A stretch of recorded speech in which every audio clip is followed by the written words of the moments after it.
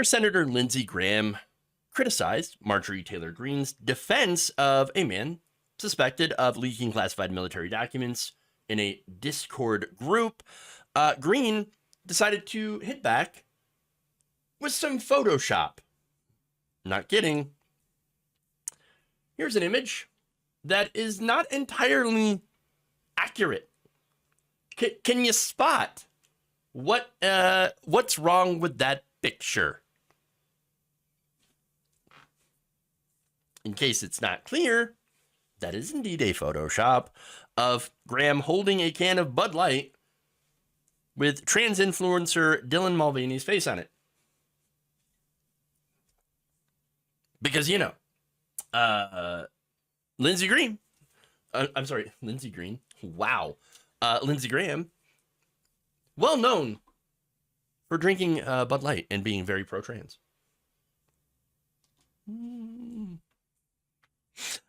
So that image actually is from 2015. So makes even less sense if you've actually seen that before. Let me show you the original, the OG. So, hey, it actually is a beer. To be fair, true. So this, again, was back in 2015, has Dana Bash next to him. This is before he bent the knee to Donald Trump. Okay. So originally, Greene tweeted this out without an explanation. And then we find out that hours earlier, Graham had went after her for defending alleged Pentagon leaker Jake Teixeira. Teixeira arrested last week on charges of disseminating classified information. So now, look, this is an interesting situation. Okay. Greene decided to defend him and claimed that he's not that he is a whistleblower and not a leaker, and said that the Biden administration is only going after him because he is white, male, Christian, and anti-war.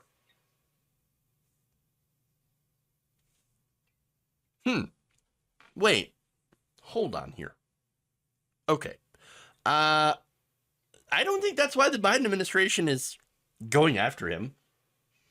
Look, to be fair, on the issue of whistleblowers, it's not like the government doesn't have a track record of going after people who are legitimate whistleblowers. So, look at Snowden, look at Assange, Manning, Reality Winner, all of those whistleblowers, okay? So, is there a possibility that this guy is a whistleblower? Well, look, I'm not entirely sure on this one. And I'll be honest about it. And I'll look at the facts, okay? And I'll, present them. But basically, the administrations that went after those actual whistleblowers used the Espionage Act against them. So what they did is put out into the public what the government was doing generally in our name. In the case of Winner, of course, talking about, possible Russian interference in the 2016 election. That would be a public interest as well.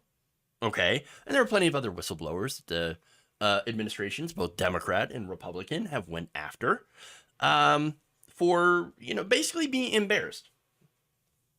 Okay. So do I think this fits the definition of whistleblowers I mentioned before? I don't know. I'm not really sure how much of what he allegedly leaked was in the public interest or not. And that really should be the only consideration, whether or not to, call this guy a whistleblower or not.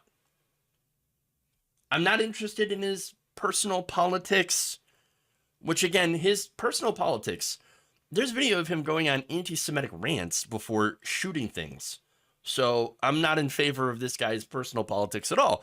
But whether or not he's a whistleblower is immaterial. Like his politics are immaterial to that point, because what did he release things that were in the public interest that the United States, the citizens should know? And so far, I don't know. I don't know. Now for Green and Graham, I don't think that's the consideration at all. On Sunday, Graham said that for any member of Congress to suggest it's okay to leak classified information because you agree with the cause is terribly irresponsible and puts America in serious danger. Again, we're not talking about whether or not the information serves the public interest. Again, I'm not entirely buying it, honestly. It was released in a Discord chat privately. One of the members leaked it out. And by the way, the Discord chat involved both Ukrainian and Russian members. So it's not like he went to an actual outlet, like a news outlet, in order to, basically make this, hey, everybody needs to know what the government is doing. I've got these documents. I've, went and took them, and here's what's going on that you need to know. So at this point, I'm going with not whistleblower. That said, Greene responded to Graham with that image, and that image is anti-LGBTQ at its core.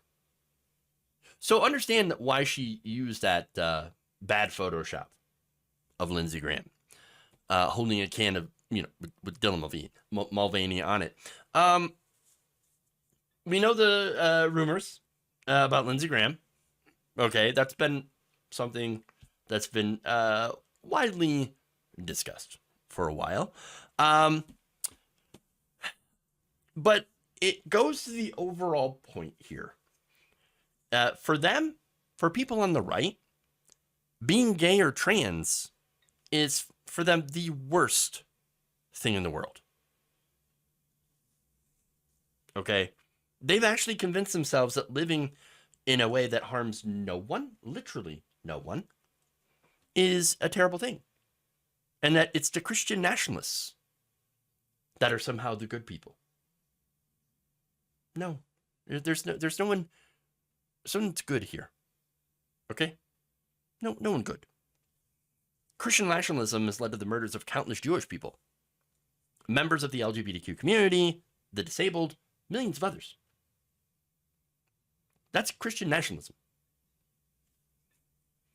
LGBTQ basically just offends people. Sad day for you. Go do something else instead of trying to ruin someone else's life. So now, Greene proudly claims to be a Christian nationalist.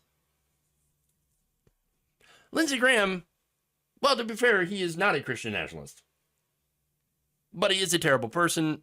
Again, a warmonger in the highest degree. Lindsey Graham hasn't met a war that he does not like. So there's no good people here. Marjorie Greene, terrible person. Lindsey Graham, terrible person. That's about it. And again, we should really look in whether or not this purported information in this leak does serve the national interest. Again, I am concerned about, what the United States is doing in, Ukraine in regards to Russia or regards to in any of the other places that we're essentially doing, secret, drone programs and conflicts to feed the military industrial complex, which, by the way, both Greene and Graham both love and support. So again, there's no good people here. Let them fight. Let them fight.